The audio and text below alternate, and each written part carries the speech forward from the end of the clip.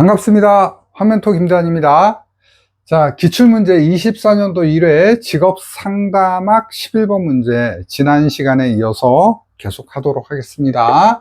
11번 특성 요인 설명 중 틀린 것은 자, 특성 요인과 관련된 문제네요. 자, 1번 보겠습니다. 자, 문제에 대한 진단을 강조한다. 맞죠? 진단을 굉장히 중시해서 심리검사가 발달한 계기가 됐습니다. 3번 상담자의 능동적 역할을 강조한다. 그래서 지시적인 상담, 상담자 중심 상담이라고도 해요. 4번 내담자의 현재보다는 과거 경험을 중시한다. 맞죠? 자, 2번 자아 개념을 강조했다. 자아 개념을 강조한 것은 내담자 중심 상담이에요. 요거는 내담자 중심 상담이다. 자, 내담자 중심 상담하고 특성 요인 상담의 차이 잘 기억하셔야 돼요. 내담자 중심 상담은 내담자의 현재 상태를 중시했다. 그리고 내담자의 능동적 자세를 중시했다. 그리고 자아 개념을 중시했다. 그리고 진단을 강조하지 않았다. 이렇게 보시면 되겠죠. 그래서 답은 2번입니다. 12번 문제 보겠습니다. 12번. 행동주의 상담기법 중 학습 촉진 기법에 해당하는 것은 학습 촉진 기법이에요. 학습 촉진 기법은요, 이렇게 정리해 볼 수 있어요. 강변 모토예요. 강변 모토. 요게 암기가 돼 있어야 돼요. 강변에서 모토사이클. 강변에서 모토사이클. 모토사이클. 그래서 강화, 변별학습, 모델링, 토큰법. 그래서 강변에서 모토사이클 타자, 강변에서 모토사이클 타자. 이렇게 정리하시면 됩니다. 그래서 1번의 강화, 대리학습. 선생님, 대리학습 아니잖아요. 대리학습을 우리가 모델링이라고도 해요. 그 다음에 변별학습. 맞죠? 자, 4번 체계적 둔감화. 체계적 둔감화는 학습 촉진 기법이 아니라 불안 감소 기법에 해당합니다. 답은 4번이에요. 자, 학습 촉진 기법, 강변에서 모토사이클 타자. 강변에서 모토사이클 타자. 제가 이렇게 할 때 여러분들도 한 번씩, 입으로 한 번씩, 제발 한 번씩 해보세요. 그죠? 저를 공부시키면 안 돼요. 공부는 누가 해야 된다? 여러분이 해야 된다. 그죠? 자, 13번 봅니다. 13번. 자, 상담 초기 면접 단계에서 일반적으로 고려할 사항이 아닌 것은, 자, 초기 면접에서 고려할 사항, 초기 면접에서 중시되는 사항. 그럼 초기 면접의 활동을 한번 살펴보면 되겠죠? 초기 면접 때 뭐 할까요? 자, 어렵게 생각하지 마시고 여러분이 상담사가 됐다고 해서 지금 내담자 처음 만나는 거예요. 처음 만날 때 뭐 할 것 같아요? 관계부터 형성하겠죠? 관계 형성부터 하겠죠? 친해져야 되는 거 아니에요. 관계 형성하겠죠? 자, 그 다음에 또 뭘 할까요? 내담자의 어떤 문제에 대해서 한번 생각해 보겠죠? 그러니까 진단 같은 것들을 한다는 거예요. 문제 진단. 여기에 이제 심리검사 같은 것들을 사용할 수 있기도 하고요. 그 다음에 내담자가 무엇을 정할까요? 목표를 정합니다. 목표. 그 다음에 하나 더 하면, 상담은 한 번에 끝나는 게 아니라 여러 번 한단 말이에요. 그러니까 다음에 오는 시간이라든지 이런 것들 쭉 잡아갈 거 아니에요. 이걸 구조화라고 해요. 구조화. 그래서 이게 초기에 이루어지는 활동들이라고 보시면 됩니다. 자, 그럼 볼게요. 자, 1번 통찰의 확대. 없죠? 통찰 확대는요, 중기에서 하는 거예요, 중기. 그러니까 답은 2번이 되고요. 통찰 확대는 아니다. 자, 목표의 설정, 그 다음에 구조와, 그 다음에 문제에 대한 평가, 이런 것들이 초기에 이루어지는 것이다. 자, 내담자에 대해서 어떤 문제나 이런 것들 발견하지도 않았는데, 그걸 깊이 있게 통찰의 확대 할 수 있어요? 할 수 없다. 할 수 없다. 그죠? 14번 보겠습니다. 14번. 자, 역할 사정에서 상호 역할 관계를 사정하는 방법이 아닌 것은 역할 관계 사정법, 역할 사정. 자, 제가 요거 이렇게 좀 암기 팁으로 정리를 드렸는데요. 보통 역할 사정, 상호 역할. 아, 이게 뭔지 모르겠어. 그죠? 아, 그러니까 뭐예요? 이게 뭐야? 라고 질문하죠. 그래요. 동생들이 질문이 좀 많아요. 우리 가만히 보면 이제 어린 동생들, 어린 아이들 보면 질문이 있잖아. 형 그게 뭐야? 누나 그게 뭐야? 언니 그게 뭐야? 질문이 많은 동생. 자, 상호 역할관계 사정에 대해서 설명드리려면 시간이 좀 많이 걸려요. 그래서 사실 이제 간단하게 설명하면 우리가 살아가면서 어떤 역할들을 하게 되는데 그 역할들이 서로 어떤 관계냐 이걸 물어보는 게 이제 상호 역할관계 사정인데, 자, 요걸 우리가 조사할 때 어떻게 한다? 질문을 통해서, 그래서 동그라미를 그려서, 그 다음에 생애 계획으로, 동그라미죠. 생애 계획으로 발전시키는 방법이 있다더라. 그러니까 좀 어렵잖아요. 그죠? 그러니까 뭐야? 동생. 질문이 많은 동생. 이렇게 간단하게 정리하세요. 지금 뭐 와가지고 문제풀이 하는데 막 이론 깊이 있게 들어갈 거야? 그건 아니잖아요. 그죠? 질문이 많은 동생. 그러니까 1번 질문을 통해서 맞고요. 2번 동그라미 맞고요. 그 다음에 4번 생애계획 연습으로 맞죠. 3번이 아니죠. 3번 역할 위계구조 작성하기. 3번이 아니다. 자, 15번 실존주의 상담의 주요 개념에 해당하지 않는 것은. 실존주의 상담에 대한 주요 개념을 물어봤는데요, 선택지를 보니까 실존주의 상담가들의 주요 관심사, 인간의 궁극적 관심사를 물어보는 문제라고 보시면 될 것 같아요. 그래서 요거는 얄롬의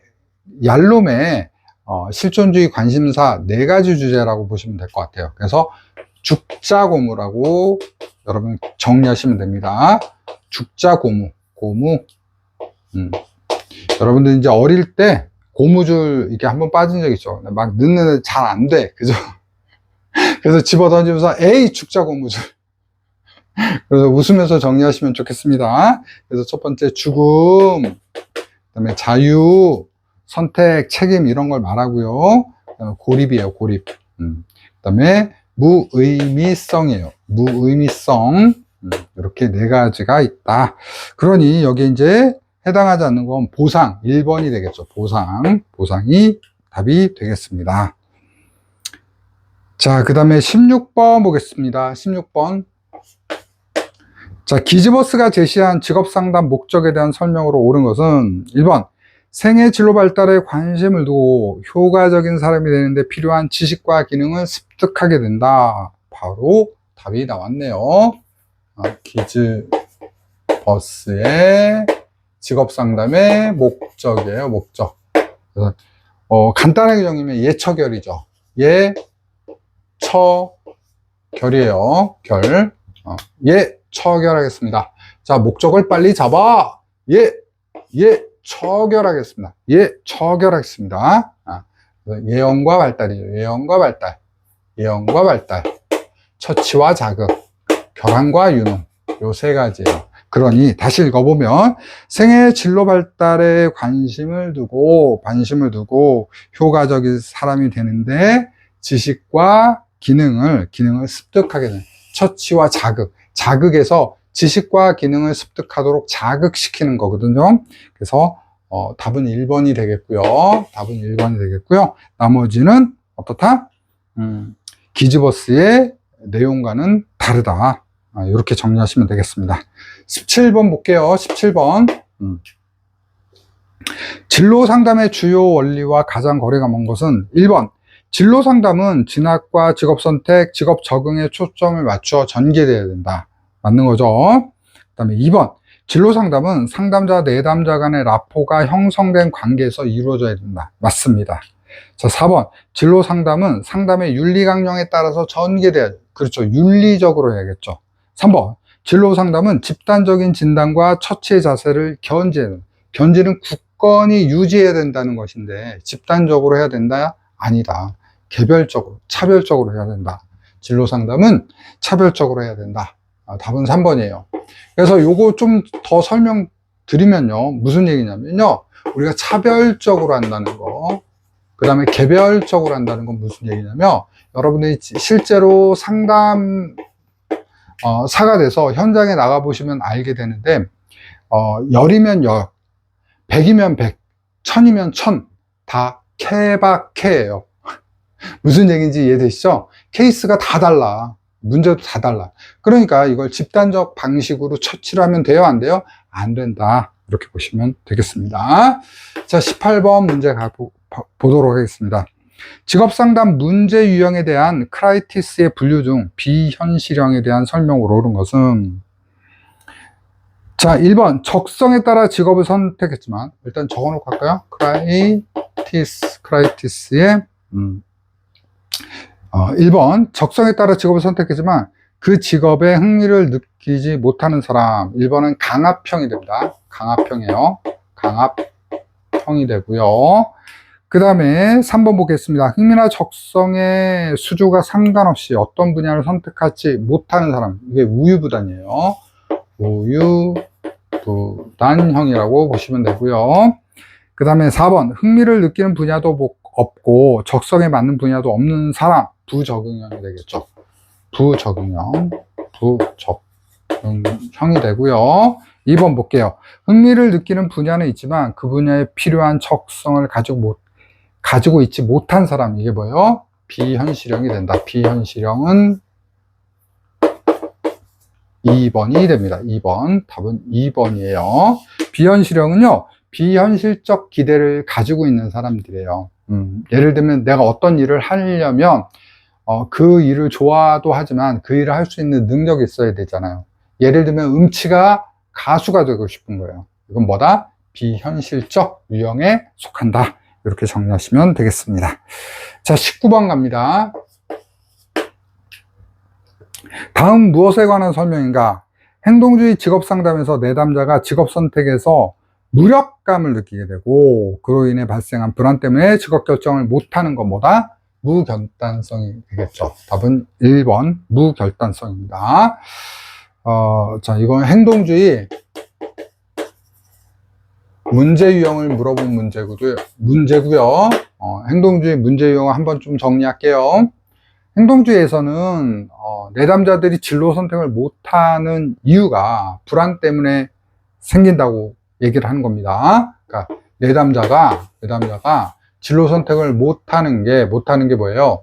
외부의 어떤 환경이라고 할게요. 환경의 압력에 의해서 불안감을 느껴요.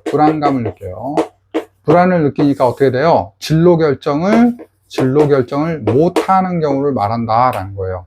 그런데 이 유형은 두 가지로 나눠질 수 있어요. 우유부단하고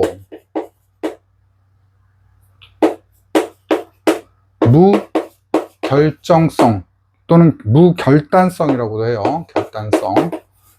자, 근데 우유부단은 요거하고 좀 달라요. 이 크라이티스의 우유부단은 뭐예요? 흥미하고 적성하고 상관없이 너는 성격 자체가 우유부단해서 생기는 거야 라는 거고요. 여기서 말하는 우유부단은 그게 아니고요. 미성숙 때문에 생기는 거예요. 미성숙. 그러니까 이거 할지 저거 할지 모르는 거예요. 미성숙 때문에. 잘 모르니까. 그 다음에 무결단성은 강요에서 생기는 거예요. 환경의 강요. 야, 너 대학까지 나왔으니까 말이야. 이게 무결단성이에요. 그러니까 얘는 무기력 때문에 생겨요. 무기력. 그러니까 키워드를 기억하셔야 돼요. 미성숙이고 얘는 무기력이에요. 무기력. 여러분 명절 때 이 가면 모이면 가족끼리 하지 말아야 될 얘기가 뭐예요? 결정했어? 어디 가기로 결정했어? 결혼은 했어? 뭔 장만했어? 집은 장만했어? 이거 하면 안 돼요.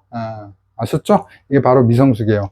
내가 취업할 나이가 됐는데 아직도 못하고 있는데 창피해. 삼촌이 나를 이런 거예요. 이게 미성숙이에요. 그래서 요거는 정보하고 상담을 해주면 어떻게 돼요? 결정을 합니다. 근데 무기력은 상담하고 정보를 줘도 의미가 없죠. 그죠? 자, 20번 문제 보겠습니다. 직업상담사의 윤리강령으로 옳지 않은 것은 1번, 직업상담사는 개인이나 사회에 임박한 위험이 있더라도 개인정보 보호를 위해서 내담자의 정보를 누설하지 말아야 된다? 아니다. 사회나 개인에게 긴박한 위험, 예를 들면 이 사람이 뭐 지금 굉장히 위해가 될 수 있는 상황, 사회적으로 큰 사건이 생길 수 있는 상황은 어떻게 된다? 정보 공개를 해야 된다가 되겠죠. 그래서 20번의 답은 1번이에요, 1번. 자, 다시 정리하면은 우리는 비밀 유지에 대한 비밀 보호에 대한 어떤 의무를 갖고 있어요, 상담사들은. 하지만 예를 들어서 이 사람이요, 굉장히 심각한 어떤 범죄와 관련이 돼 있어요. 또 이 사람이 또 어떤 사회적으로 문제가 될 수 있는 행동을 하려고 해요. 이럴 때도 비밀을 지켜주면 될까요? 안 되겠죠. 그죠? 당연히 답은 1번이 되겠습니다. 옳지 않은 것은 1번. 자, 이렇게 해서 20번 문제까지 직업상담학 문제 모두 풀어봤고요. 자, 여러분들 저하고 함께 공부해 주셔서 감사합니다. 자, 시작이 반이라고 했습니다. 여러분 끝까지 저와 함께 해주셨으면 좋겠습니다. 감사합니다.